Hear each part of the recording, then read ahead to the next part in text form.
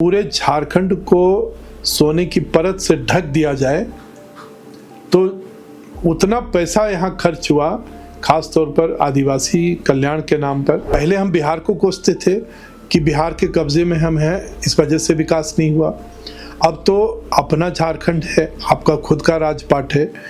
अभी भी अगर विकास नहीं हो पाया, रातू रोड में जिस दिन बम नहीं फटते थे या रांची में कहीं गोली नहीं चलती थी, तब लोग कहते थे कि आज तो बड़ा अजीब हो गया, किसी ने कुछ नहीं किया, कुछ हुआ नहीं। कैसी महिला जो आईजी के पद पर हो, बिना बॉडीगार्ड के महिलाओं के झुंड में इसलिए खड़ी हैं कि उनको इंटेलिजेंस पता चले, समस्याओं की जानकारी हो। 30 साल उम्र है नौकरी की, और 30 साल तक अगर 25 साल का कोई विद्यार्थी डिग्री ही नहीं ले पाएगा तो पढ़ाई क्या करेगा वो।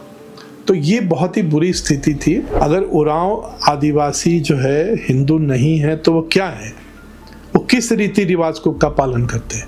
जैसे कुछ लोग कहते हैं कि नहीं साहब ये तो प्रकृति के पूजक है, तो जो सनातनी है वो किसकी पूजा करते हैं। जो बिल्डिंग्स, जो इमारतें बनी हुई है वो टूटी फूटी, आपको 20 सूत्री कार्यक्रम के समय जो इमारतें बनी है उस समय से लेकर आज तक खंडहर मिल जाएंगे जिनका कोई इस्तेमाल नहीं है। जो हमारा मॉनिटरिंग सिस्टम है वो इतना कमजोर है कि काम की गुणवत्ता क्या हो रही है या बंदरबाट हो रही है उस पर रोक लगाने के लिए हमारे पास कोई एक्टिव मैकेनिज्म नहीं है। फ्लाईओवर निश्चित रूप से यहाँ कम है, लेकिन उन्होंने शुरुआत करके एक अच्छी बात कही, अच्छी बात करके दिखाई, ये हम बहुत प्रशंसा करेंगे।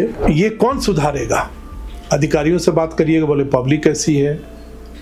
पब्लिक से कहिएगा तो कहेंगे कि साहब हम क्या करेंगे, हमारा नेता ऐसा है। 25 साल का युवा झारखंड जो है आगामी 15 नवंबर को मनाने जा रहा है अपना 25वां सालगिरह। बात करें तो 25 साल की, जो कि काफी होते हैं किसी भी राज्य को सेहतमंद बनने के लिए, तंदुरुस्त बनने के लिए। हमारे पास बात करने के लिए काफी सारी चीजें हैं इस 25 साल के सिलसिले को लेकर कि राज्य ने अपने इस सफर में कितना तरक्की किया, कितना तरक्की विकास करना था और कहां तक पहुंच पाया है। इस सिलसिले में बात करने के लिए हमारे साथ मौजूद है रांची के वरिष्ठ पत्रकार जिनका नाम है सुनील बादल जी, जो कि 44 वर्षों से इस पत्रकारिता के फील्ड में काम कर रहे हैं और इन्होंने कम से कम 10 मीडिया चैनलों में काम भी किया है।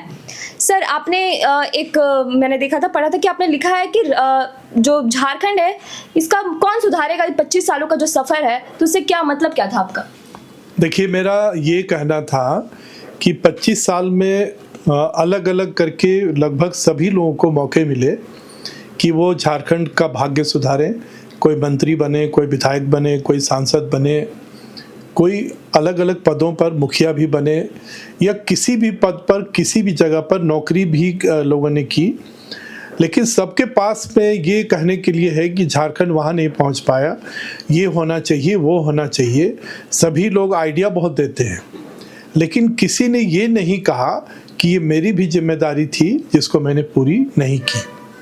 तो पहले हम बिहार को कोसते थे कि बिहार के कब्जे में हम हैं, इस वजह से विकास नहीं हुआ।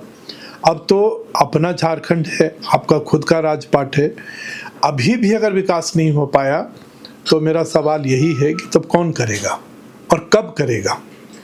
तो आपने जब शुरू में जब आप इस फील्ड में आए थे तो आपने झारखंड को किस तरीके से देखा था और आज झारखंड कैसे देख रहे हैं आप? देखिए, जब हम लोगों ने पत्रकारिता शुरू की थी, मैं बाल पत्रकार था, मैं पढ़ता था। उसी दौरान मेरे गुरु जो थे बलबीर दत्त जी, उन्होंने रांची एक्सप्रेस में मुझे संवाददाता बना दिया था। उस समय मैं रातू रोड में रहता था, और रातू रोड में जिस दिन बम नहीं फटते थे या रांची में कहीं गोली नहीं चलती थी, तब लोग कहते थे कि आज तो बड़ा अजीब हो गया, किसी ने कुछ नहीं किया, कुछ हुआ नहीं। मतलब इतनी अराजक स्थिति थी कि ये सब बातें सामान्य थी कि कुछ नहीं होता था तो लोग ऐसे मनोरंजन में 1-2 बम फोड़ देते थे और हंगामा मचता था। इस तरह की चीज़ें होती रहती थी, मतलब भय का माहौल होता था लोगों में।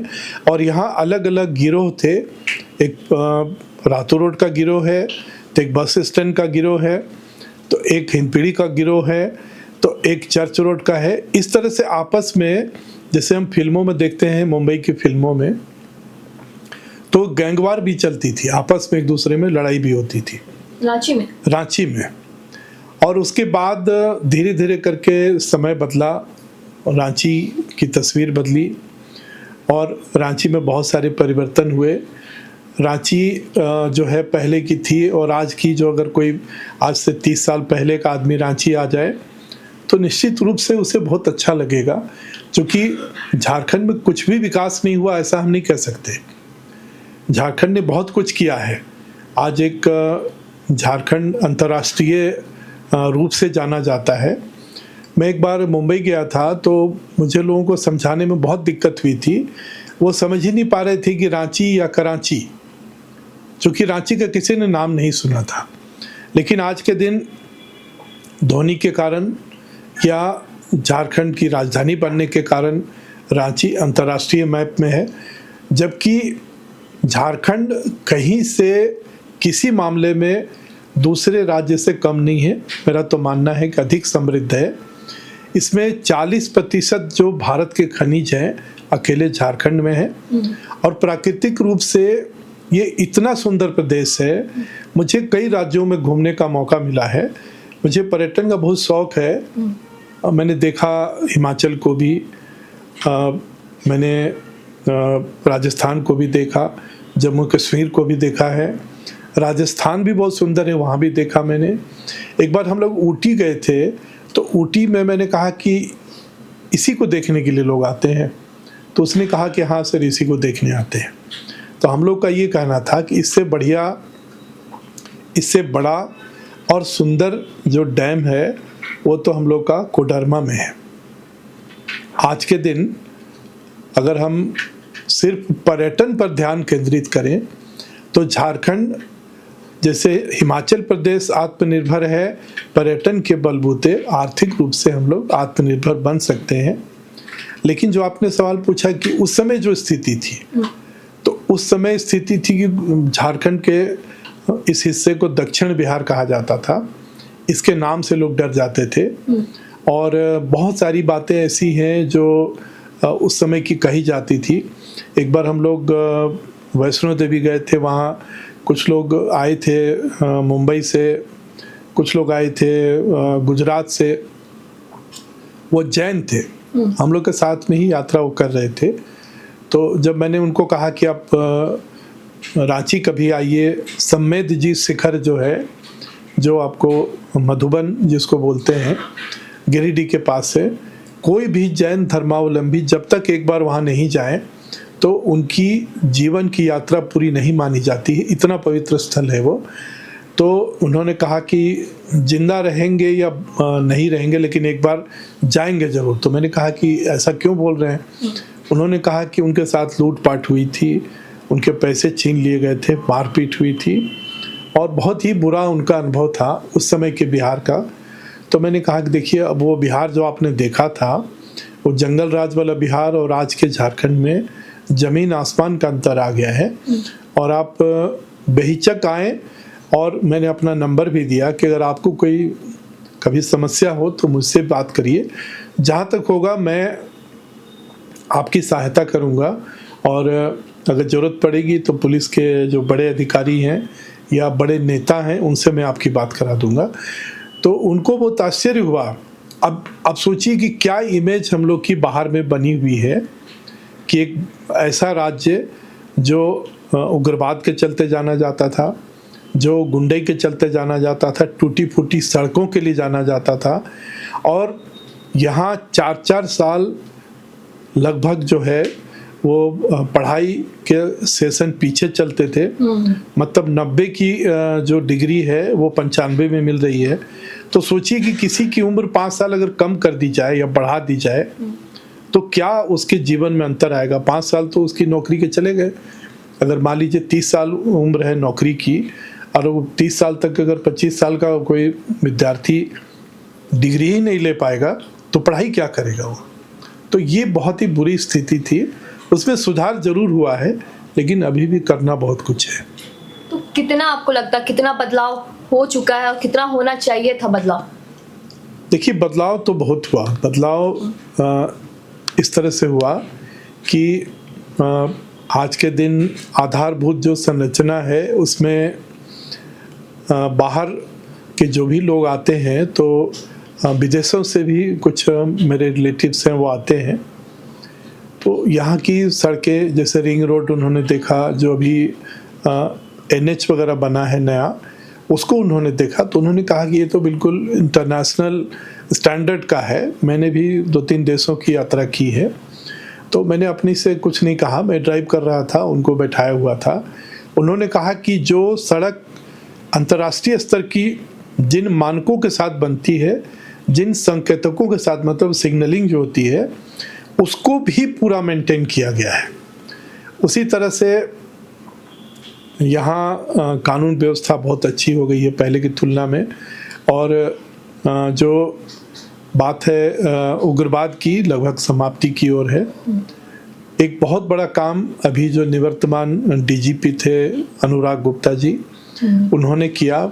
मैं उनकी व्यक्तिगत रूप से सराहना करता हूँ कि उन्होंने अफीम की खेती पर बहुत ही जोरदार प्रहार किया और लगभग अफीम की अवैध खेती जो होती थी उन लोगों की कमर तोड़ दी। और अभी जो वर्तमान में तताशा मिश्र जी बनी है, तो ये भी एक बहुत सुलझी हुई और बहुत ही सरल महिला है। मैं इनके बारे में एक छोटी सी बात आपको बताना चाहता हूँ। ये पहले आकाशवाणी में थी, तो एक बार मैं उनसे मिला तो पूछा उन्होंने कि आप आकाशवाणी में किस पद पर हैं, तो मुझे बड़ा आश्चर्य हुआ। तो बाद में पता चला कि वो आकाशवाणी से ही जो है वो आगे बढ़ी थी। तो कहने का मतलब ये था कि एक बार वो मेले में मुझे मिली, तो वो क्या की थी, महिलाओं के बीच में खद्दर का कुर्ता और पैजामा पहन के वो एकदम आम महिला की तरह लाइन में लगी थी। उस समय IG के पद पर थी। तो मैंने उनको कहा नमस्कार मैडम। उन्होंने कहा किसी से मेरा परिचय मत दीजिएगा, वो CID में थी उस समय। अब अंदाजा कर लीजिए कि एक ऐसी महिला जो IG के पद पर हो, बिना बॉडीगार्ड के महिलाओं के झुंड में इसलिए खड़ी हैं कि उनको इंटेलिजेंस पता चले, समस्याओं की जानकारी हो, तो वैसी महिला DGP बनी है। तो मुझे लगता है कि बहुत कुछ कर सकती हैं। लेकिन अभी भी पुलिस महकमे में भी बहुत सुधार की ज़रूरत है, क्योंकि बहुत तरह की शिकायतें आती हैं। लोग जाते हैं, खासतौर पर महिलाएं जाती हैं, लड़कियां जाती हैं, अगर कोई उनके साथ में कोई घटना घटती है तो उनके साथ भी उसी तरह का व्यवहार होता है जैसे क्रिमिनल के साथ होता है। पहले उन्हीं को क्रिमिनल समझा जाता है। मैंने इस मुद्दे को कई बार बड़े पुलिस अधिकारियों से, यहाँ तक कि जो पहले के मुख्यमंत्री वगैरह थे, उनके बीच में भी रखा। उनको बताया कि पुलिस के पास एक पीड़ित व्यक्ति बहुत हताश होकर उम्मीद लेकर जाता है। उसको शुरू में आप एक सहानुभूति पूर्वक और एक अच्छे व्यवहार से उनसे बात करिए, भले खुद क्रिमिनल हो, लेकिन जब साबित हो जाए तब ना उनको हम क्रिमिनल मानेंगे। शुरू से अगर हम क्रिमिनल मान के चलें कि वो तो अपराधी है ही, तो ये सही बात नहीं है। उस समय DGP BD राम साहब थे, उन्होंने एक शुरुआत की थी कि महिला पुलिसकर्मी को ही थाने में उन्होंने रखा और कोई फ़ोन करता था तो महिला ही फ़ोन उठाती थी, फ़ोन ड्यूटी जिसको कहा जाता है। उन्होंने उस समय शुरुआत की थी। तो ये प्रवृत्ति एक होनी चाहिए कि कोई भी कहीं पीड़ित व्यक्ति अगर फ़ोन करे या थाने में जाए तो उसको एक निर्भय होकर अपनी बात रखने का अवसर मिले। जैसे बाल मित्र थाने हैं, बहुत तरह की उस तरह के थाने, महिला जो है मित्र थाने की भी आवश्यकता है। महिला थाना तो बने हुए हैं, लेकिन वहाँ से भी कभी कभी शिकायतें आती हैं। एक महिला थाना प्रभारी जो है वो दंडित भी की गई उसमें। तो ये निगरानी वाला पार्ट जो है ना, ये थोड़ा हम लोग का कमजोर है। अगर आप कहें तो मैं उस पर बताऊं कि झारखंड का विकास हुआ क्यों नहीं, उसके पीछे कारण क्या था। हाँ, क्या कारण क्या था? देखिए, झारखंड का विकास इसलिए नहीं हुआ कि यहाँ इतने पैसे खर्च हुए कि अगर उन टोटल को जोड़ दिया जाए तो एक अर्थशास्त्री ने एक बार कहा था कि पूरे झारखंड को सोने की परत से ढक दिया जाए तो उतना पैसा यहाँ खर्च हुआ, खास तौर पर आदिवासी कल्याण के नाम पर, विकास के नाम पर, लेकिन अनाप शनाप खर्च हुए। अनाप शनाप का मतलब ये हुआ कि जैसे स्वर्ण रेखा परियोजना चली, बुरी तरह फ्लॉप हो गई। बड़ी बड़ी सिंचाई की जो परियोजनाएं चली, वो सारी परियोजनाएं जो है वो असफल साबित हुई। उसमें या तो पानी चला नहीं, या उसको सिर्फ दिखावा करने के लिए, घोटाला करने के लिए उसको चलाया गया। पशुपालन घोटाला पूरे विश्व में प्रसिद्ध है। बिहार पठारी विकास परियोजना जो बीपीडीपी चली, इस तरह की जितनी योजनाएं चली, आप मोटे तौर पर तमाम कह सकती हैं, कुछ योजनाओं को छोड़ दीजिए तो उसमें इस तरह की योजनाएं बनाई गई जो डीएम साहब की प्रयोगशाला के नाम पर एक पत्रकार ने एक बार लिखा था कि जैसे एक अधिकारी आए, एक आईएएस, उन्होंने कहा कि नहीं साहब, ये पर्यटन के लिए जो है ऐसे होना चाहिए, कैफेटेरिया बननी चाहिए। एक बड़े अधिकारी थे, उन्होंने यहाँ क्या किया कि बहुत सारे कैफेटेरिया बना दिए। जो पर्यटन स्थल थे उनमें सुविधाओं को देने के लिए, जैसे कांके डैम के किनारे आप चले जाइए, वहाँ कैफेटेरिया बना हुआ है। मतलब देखने में तो लगता है कि भाई बहुत बढ़िया जगह पर, लोकेशन इतना बढ़िया है, लोग यहाँ आएंगे तो यहाँ चाय पकौड़े खाएंगे, बैठ के आनंदित होंगे, जैसे दूसरी जगहों पर होता है। लेकिन उसको चलाएगा कौन, इसके बारे में कोई विचार नहीं हुआ। यहाँ तक कि उसमें सफाई कौन करेगा, उसकी रंगाई पुताई कौन करेगा, उसके पैसे कहाँ से आएंगे। तो जो बनवा रहे थे उनका इंटरेस्ट सिर्फ इसी में था कि करोड़ों रुपए का स्ट्रक्चर खड़ा हो जाए, लेकिन उसका जो ऑपरेशनल पार्ट है, उसको चलाया कैसे जाएगा, या उसके बाद में चलाने में जो कठिनाई होती है वो उसका पालन कैसे होगा, इसके बारे में बिल्कुल ध्यान नहीं दिया गया। और यही सबसे बड़ा कारण था कि अधिकारी जो नेता थे उन लोगों को समझाते रहे, और नेता जो थे, बड़े नेता जो पॉलिसी मेकर्स थे, इस बात को नहीं समझ पाए कि अरबों रुपए जो खर्च हो रहे हैं उसमें बन तो जाएगी बिल्डिंग, लेकिन उसके बाद उसका संचालन कैसे होगा। आप चले जाइए तो विकास के नाम पर बने हुए जो बिल्डिंग्स, जो इमारतें बनी हुई है, वो टूटी फूटी, आपको 20 सूत्री कार्यक्रम के समय जो इमारतें बनी हैं उस समय से लेकर आज तक खंडहर मिल जाएंगे जिनका कोई इस्तेमाल नहीं है। अभी जो चीफ सेक्रेटरी होकर रिटायर किए डीके तिवारी साहब, उन्होंने एक बहुत अच्छी बात कही थी। बीपीडीपी के वो चेयरमैन थे। उन्होंने गुमला सर्किट हाउस में मुझे एक इंटरव्यू में बताया था कि बादल जी, मैं रायडी गया हुआ था, रायडी चैनपुर के पास गुमला के बीच में कहीं एक पुल था, तो उन्होंने देखा कि सड़क से करीब 30 फीट ऊंची जो है एक कोई इमारत नुमा चीज बनी हुई है। तो उन्होंने पूछा ये क्या है, बोला सर पुल है। तो बोला सड़क नीचे और पुल ऊपर। तो बोला नहीं सर, बाद में इसको फ्लाईओवर की तरह हम लोग बना देंगे। बोले नहीं, तो बजट ही आपके पास नहीं है, कैसे बनाएंगे। पता ये चला कि बीपीडीपी को जो है ना, विश्व बैंक ने पैसे दिए थे, तो उसमें था कि पब्लिक की डिमांड इतना %, उपयोगिता इतना %, और ये बाद में उपयोग जो होगा उसका सबका बहुत बढ़िया से बना हुआ था। उसमें भी लोगों ने चोर दरवाजे बना दिए। अब सोचिए, सड़क से 30 फीट ऊंची कोई अगर आप इमारत जैसा कोई पुल बना देंगे तो उस पर कोई आने जाने का तो कोई उपयोग होगा नहीं, पैसे की बर्बादी होगी। इसी तरह अनाप शनाप काम हुए। अब आपके मन में सवाल आएगा, या हमारे जो दर्शक देख रहे हैं उनके मन में, कि ऐसा हुआ तो फिर रोका क्यों नहीं गया। रोका इसलिए नहीं जाता है कि हमारे यहाँ जो झारखंड का या अन्य राज्यों का कॉन्सेप्ट है, जिन्होंने इस तरह की पैसे की बर्बादी की या बंदर बाट किया, कि छोटा अधिकारी बनाएगा, बड़ा अधिकारी उसकी जांच करेगा, और कोई शिकायत भी होगी तो उसका बड़ा अधिकारी उसकी जांच करेगा। अब मान लीजिए कि एक बनाया, दूसरे ने उसकी जांच की, तीसरे ने उसको अप्रूव किया, और चौथे ने शिकायत हुई तब जांच की। तो आपस में ही सब लोग चोर चोर मौसेरे भाई की तरह सब बांट के उसको खा पी के बराबर कर दिया उन्होंने। लेकिन अगर इसको होता ये कि एक विभाग कोई उसको बना रहा है, बाहर की एजेंसी से उसकी जांच होती है, अगर मान लीजिए शिकायत हो रही है, अब मान लीजिए गांव वाले कह रहे हैं कि साहब यहाँ तो बिजली का पहले जो है, मैंने जो जंगल राज की बात की, उस समय क्या होता था कि विद्युतीकरण के नाम पर क्या होता था, पोल लग जाते थे, तार उसमें लगता ही नहीं था। अगर तार लग गए तो खुद ही चोरी करवा लेते थे। ट्रांसफार्मर जो खराब पड़ा रहता था उसको लगा देते थे। मतलब एक दिन भी बिजली नहीं चली और कागजों में विद्युतीकरण हो गया।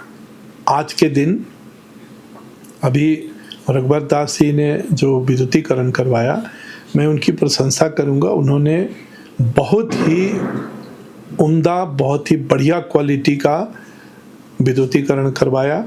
आप कहीं भी चले जाइए झारखंड के कोने कोने में, मैं बिशुनपुर में एक इंटीरियर में जहाँ बिरजिया जनजाति के लोग रहते हैं, वहाँ जंगल के बीच गया हुआ था, वहाँ भी अच्छी गुणवत्ता वाला ट्रांसफार्मर और बिजली और कवर्ड वायर लगे हुए थे। ये उपलब्धि झारखंड की है। रघुवर दास जी ने भी बहुत अच्छा काम किया, अन्य मुख्यमंत्रियों ने भी किया। लेकिन जो मैंने कहा कि हमारा जो मॉनिटरिंग सिस्टम है, अभी वर्तमान मुख्यमंत्री भी बहुत अच्छा काम कर रहे हैं, बहुत सारे काम इन्होंने किए, लेकिन जो हमारा मॉनिटरिंग सिस्टम है वो इतना कमज़ोर है कि काम की गुणवत्ता क्या हो रही है या बंदरबाट हो रही है, उस पर रोक लगाने के लिए हमारे पास कोई एक्टिव मैकेनिज्म नहीं है। सब एक दूसरे पर इल्ज़ाम लगाए जा रहे हैं, एक दूसरे पर इल्ज़ाम लगा रहे हैं। अगर कोई मान लीजिए कि कोई सड़क खराब बनी, आपने शिकायत की तो जांच कौन करेगा? उसी का बड़ा अधिकारी करेगा। उसको आप कुछ पैसे दे दीजिए, बोलिए सर बचा लीजिए। आपने कभी सुना कि किसी भ्रष्ट अधिकारी को कोई बड़ी सजा हुई हो? आपको बहुत हंसी आएगी। हमारे पास भी समाचार आते हैं, मैं अन्य भी कई समाचार पत्र पढ़ता हूँ, टीवी में भी देखता हूँ। निंदन की सजा दी गई, करोड़ों का घोटाला किया तो उसको निंदा करने की शिकायत दी गई, मतलब फाइल में लिख दिया गया कि फलाना जी ने घोटाला किया इसलिए इनको निंदन की सजा दी जाती है, या उनका 1 या 2 इंक्रीमेंट रोक दिया गया। मान लीजिए कि वो 20 करोड़ रुपए का घोटाला करके और 18 करोड़ का मतलब पैसे जो है दबा दिए, उसका गबन किया, 2 करोड़ का काम किया, तो 18 करोड़ तो उसके वसूल होने चाहिए ना। अभी जो शराब घोटाले में जो पकड़ाए थे विनय चौबे जी, तो उन पर तो अभी सरकार जो है लगातार काम की जा रही है। ये मैंने कहा ना कि अभी जो वर्तमान सरकार है, मैं हेमंत सोरेन जी की तारीफ करूंगा कि इन्होंने एक हिम्मत दिखाई है और बड़े अधिकारियों को जो ये सजा दिलवा रहे हैं या उन पर कार्रवाई हो रही है, इससे एक मैसेज जा रहा है।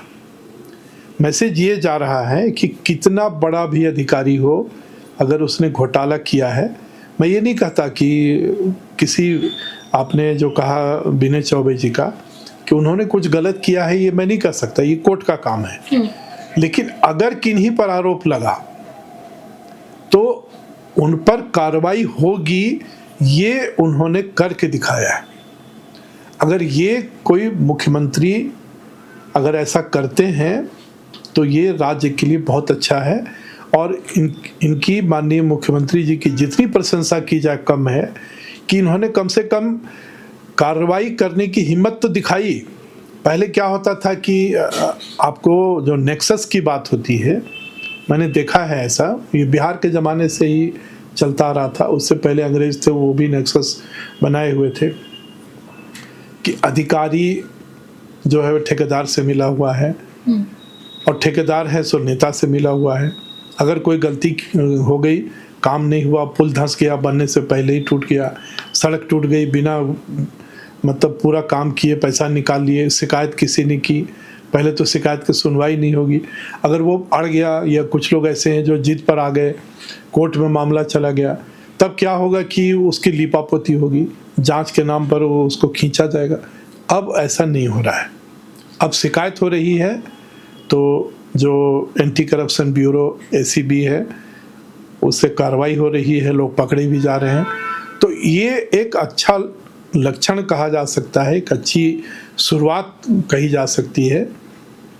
दूसरा है कि मैं कुछ बातों के लिए और भी हेमंत सोरेन जी की तारीफ करना चाहूँगा कि वर्षों से यहाँ फ्लाईओवर जो है रांची के नहीं बन रहे थे, बहुत सारी सड़कें लंबित पड़ी हुई थी। उसका कारण क्या था कि नहीं, ये भू अर्जन नहीं हो रहा है, लोग ज़मीन नहीं देने के लिए तैयार हैं। लेकिन सरकार ने जमीन भी दिलवाई, फ्लाईओवर भी बनवाया, और केबल स्टे ब्रिज तो शायद भारत का सबसे बड़ा केबल स्टे ब्रिज है। फ्लाईओवर निश्चित रूप से यहाँ कम है, लेकिन उन्होंने शुरुआत करके एक अच्छी बात कही, अच्छी बात करके दिखाई, ये हम बहुत प्रशंसा करेंगे। दूसरी बात है कि झारखंड का विकास इसलिए भी नहीं हो पा रहा है कि मैंने एक बार एक पूर्व मुख्यमंत्री जी का ध्यान आकृष्ट किया था कि यहाँ पे मोनो रेल की ज़रूरत नहीं है, यहाँ पे मेट्रो चलना चाहिए। आप कभी दिल्ली गई होंगी? हाँ। दिल्ली से पहले नोएडा कोई जाना नहीं चाहता था, इतनी ख़राब हालत थी, बसों में चलना मुश्किल था।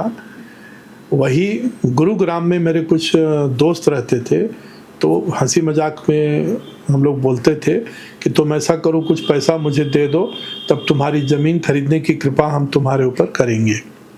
मतलब गुरुग्राम कोई जाना नहीं चाहता था, इतनी खराब स्थिति थी, मतलब वो एक तरह का जंगल था।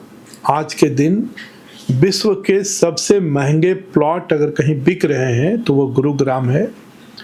विश्व की कोई ऐसी बड़ी कंपनी नहीं होगी जिसका कार्यालय गुरुग्राम में आज के दिन नहीं है। आप अगर वहाँ पर फोटो खिंचवा के किसी को भेजें तो उसको लगेगा कि आप अमेरिका में खड़ी हैं, हांगकांग में खड़ी हैं। तो ये परिवर्तन जो हुआ कि कम्युनिकेशन के चलते हुआ, जिसमें मेट्रो का बहुत बड़ा योगदान है। जो सारी मेट्रो सुबह 6 बजे से 11 बजे तक फुल चलती हैं, और जो कामकाजी लोग वहाँ, जो ख़ास तौर पर युवा जो चलते हैं, जो पूरे भारत से पूरे विश्व के लिए काम करते हैं, उन्होंने करके दिखाया कि भारत में भी ऐसा हो सकता है। उसी तरह नोएडा 100 सेक्टर से भी ऊपर चला गया, और नोएडा का इतना विकास हुआ कि लोगों को दिखाना चाहिए कि झारखंड में अगर आप ऐसा करें तो, अब जैसे अभी अब मान लीजिए कि बाहर का कोई आदमी यहाँ आना नहीं चाहता। एक बार एक मुख्यमंत्री थे, उन्होंने रात में मुझे बुलाया था कुछ बात करने के लिए, तो मैं बैठा हुआ था, एक बड़े व्यापारी आए हुए थे जो इन्वेस्ट करना चाहते थे। तो उन्होंने कहा कि आप कौन हैं, तो ऐसी बात परिचय उनसे हुआ। उन्होंने कहा कि बादल जी, आपके यहाँ कभी डेवलपमेंट नहीं हो सकता। 1400 करोड़ रुपए लगाना चाह रहे थे। उन्होंने कहा कि मैं मेन रोड में रुका हुआ था, वहाँ से सीएम हाउस आने में मुझे 45 मिनट लगे हैं। इतनी देर में मैं अपने चार्टर्ड प्लेन से कलकत्ता चला जाऊँगा, और कल मुझे यहाँ से न्यूयॉर्क जाना है। आप लोग के पास टाइम इतना है कि आपको चिंता ही नहीं है कि कितना टाइम लग रहा है। ऐसे में डेवलपमेंट के बारे में आप सोच भी नहीं सकते। तो अगर डेवलपमेंट के बारे में सोचना है तो मुंबई की तरह समय की कीमत समझनी होगी। आप घड़ी मिला सकती हैं, किसी से अपॉइंटमेंट आपने अगर ली है तो वो उस टाइम में आपका वेट करेंगे। हर कोई एकदम प्रोफेशनल तरीके से काम करता है। पुलिस रोक टोक करे नहीं करे, हर कोई डिसिप्लिन में चलता है। हमारे यहाँ कुछ भी नहीं है। आपको सुन के बहुत हंसी आएगी कि हमारे यहाँ प्रशासन का ये हाल है। बहुत ही कड़वी बात है। आप एक बोरा ले लीजिए या कोई ऑटो ले लीजिए, बोरा लेके आपको जहाँ इच्छा है बोरा बिछा दीजिए और वहाँ दुकान शुरू हो गई आपकी।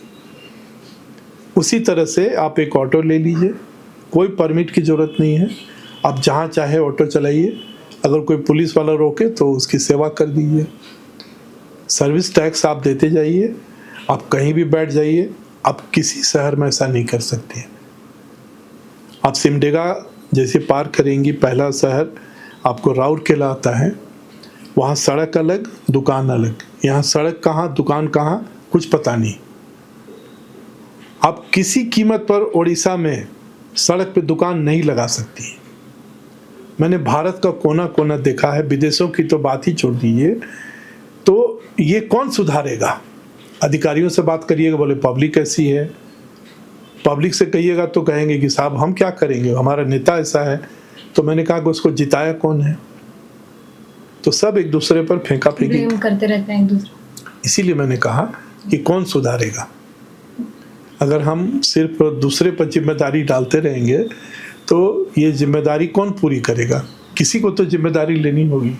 आपने झारखंड के ऊपर बुक भी लिखी है, आपने जी। बताया। तो झारखंड जो है कि वो आदिवासी बहुल क्षेत्र है, तो आपको क्या लगता है कि आदिवासियों के बारे में यहाँ पर जो मीडिया है वो बात करती है? झारखंड में लगभग 2000 साल का नागवंशियों का इतिहास है, जो 67 ईस्वी से लेके 1952 जब जमींदारी वेस्ट हुई, एक ही राजवंश का राजपाट चला। और भारत के लोगों को जानना चाहिए कि यहाँ के आदिवासी इतने उदार, इतने ईमानदार और इतने सरल हैं कि राजा मदरा मुंडा जो थे, जिनका राजपाट सुतियांबे, आप कभी जाइए वहाँ पर के लोगों से बात कर सकती हैं। पिठौरिया में सुतियांबे है, कांके के आगे, वहाँ उनका मुढ़हर पहाड़ में उनका राजपाट था। उन्होंने अपने पुष्य पुत्र फणी मुकुट राय को इसलिए राजपाट सौंप दिया था, जो एक राजपूत थे, कि वो इस राज्य को उनके अपने सगे बेटे से ज़्यादा अच्छे ढंग से चला सकता है। इससे बड़ी मतलब त्याग और समर्पण या कहिए कि उदारता की आपको बात, इससे बड़ा उदाहरण विश्व में कहीं नहीं मिलेगा। जब एक राजा किसी दूसरे पोष्य पुत्र को, जो अपने बेटे से भी बढ़ के उन्होंने किया, ये आदिवासियों की, आपको सोचिए कि कितनी बड़ी भावना उनके बीच में थी। कारण क्या था? यहाँ कोई भेदभाव नहीं था। पहले लोग बताते हैं, मैंने बहुत लोगों से बातें की है, कि यहाँ घरों में ताले नहीं लगते थे। आज भी कुछ कुछ जगहों पर आप चले जाएं, खूंटी के इंटीरियर में, सिमडेगा के इंटीरियर में घरों में ताले नहीं लगते हैं, खुले रहते हैं ऐसे ही। चोरी? कोई चोरी नहीं करता। इतने धर्म भीरू लोग होते हैं कि भगवान दंड देगा, ये होगा, वो होगा। लेकिन अब क्या हो रहा है? अब झगड़ा किस बात का चल रहा है? वोट बैंक का। जैसे बिहार की जो राजनीति होती थी कि आदिवासी हिंदू नहीं है, तो फिर कोई कह रहा है कि साहब ये दिवड़ी मंदिर जो है वो दिरी है, दिवड़ी नहीं है। 16 भुजी वहाँ पर दुर्गा जी की स्थापना हुई है। एक वहाँ पे मुंडा पुजारी और एक जो है पंडित रहते हैं, मुख्य पुजारी मुंडा ही होते हैं। वहीं पर रामदयाल मुंडा जी का घर था, जो विश्व प्रसिद्ध जो है व्यक्ति रहे हैं, बहुत बड़े विद्वान थे।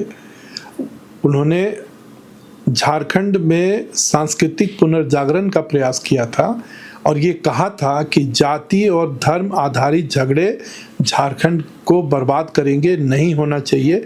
ये यहाँ का इतिहास कभी नहीं रहा। आप सोनमेर चले जाइए, सोनमेर है आपको खूंटी के पास में, वहाँ क्या है? मंदिर है शिव जी का, पूजा जो है मुंडा करते हैं। आप अगर इतिहास की बात करें, उस पर मैंने किताब लिखी है कि मुंडा कौन है, उरांव कौन है, कहाँ से आए। उरांव तो हम बोलते हैं, जैसे अंग्रेज ओराम नहीं बोलने जानते थे तो उरांव हो गया वो। जैसे जुएल ओराम है, वो राम के पीछे चलते चलते वो आए तो ओराम हो गए। असल में उनका नाम माल्तो ट्राइब है वो।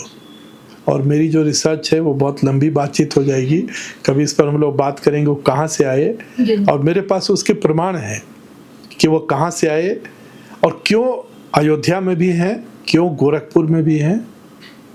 अगर उरांव आदिवासी जो है हिंदू नहीं है तो वो क्या है? वो किस रीति रिवाज को का पालन करते हैं? जैसे कुछ लोग कहते हैं कि नहीं साहब ये तो प्रकृति के पूजक है, तो जो सनातनी है वो किसकी पूजा करते हैं? आपने किसी भी सनातन की जो पूजा पद्धति है उसमें सत्यनारायण जी की जो कथा होती है तो उसमें क्या भगवान की मूर्ति रखी जाती है? आम की डाली ही तो रखी जाती है और नारियल का वो जो रखा जाता है, तो वो क्या है? प्रकृति की पूजा है। हम सभी पेड़ पौधों को भगवान मानते हैं, नदियों को भगवान मानते हैं। तो इन सब चीज़ों में देखिए क्या है ना, ये समन्वयवादी संस्कृति की बात थी। झारखंड में अभी जाति और धर्म के आधार पर झगड़े लगा के झारखंड को बर्बाद करने की बहुत सारी लोग साजिशें कर रहे हैं, उससे बचने की ज़रूरत है। झारखंड को सभी लोगों को मिलकर, आप कौन सा धर्म मानते हैं, आप किस जाति के हैं, वो आपके घर की बात है, वो अलग बात है। लेकिन झारखंड का विकास कैसे हो, ये सभी लोगों को मिलकर प्रयास करना चाहिए। लेकिन इसको वर्चस्व की लड़ाई बनाकर कुछ राजनेता जो हैं वो चाहते हैं कि गलत दिशा में चला जाए, और ये लड़ाई जो है वो उचित नहीं है। तो सर से बात करके काफ़ी अच्छा लगा, और इससे ये साबित हो चुका है कि एक पत्रकार से ज़्यादा अच्छा किसी राज्य को कोने कोने से नहीं समझ सकता। एक पत्रकार जो हर दिन आई खबरों को देखता है और उससे जुड़ी रिसर्च करता है, उससे जुड़ी अध्ययन करता है, तो उसको काफ़ी अच्छे से पता होता है कि उसके राज्य में क्या विकास हो रहा है और कितना विकास होना चाहिए था। आपसे बात करके काफ़ी अच्छा लगा सर, और हम आशा करेंगे कि भविष्य में आपसे जुड़ सकें इस तरीके। बिल्कुल जी। सभी दर्शकों को मैं धन्यवाद देता हूं, और आपको भी मैं धन्यवाद, आपके चैनल को भी सभी को शुभकामनाएं देता हूं कि 25 साल का झारखंड हुआ, और झारखंड युवा झारखंड है। सभी लोग मिलकर अपने अपने स्तर पर, जैसे गिलहरी प्रयास होता है कि इसको अगर आप संवार नहीं सकते तो डैमेज भी मत करिए। इसको सभी लोग मिलकर आपस में झगड़े और वैमनस्य से बढ़ाने के बजाय झारखंड को बढ़ाने की बात करें, तभी सभी के लिए अच्छा रहेगा। बहुत बहुत धन्यवाद। नमस्कार।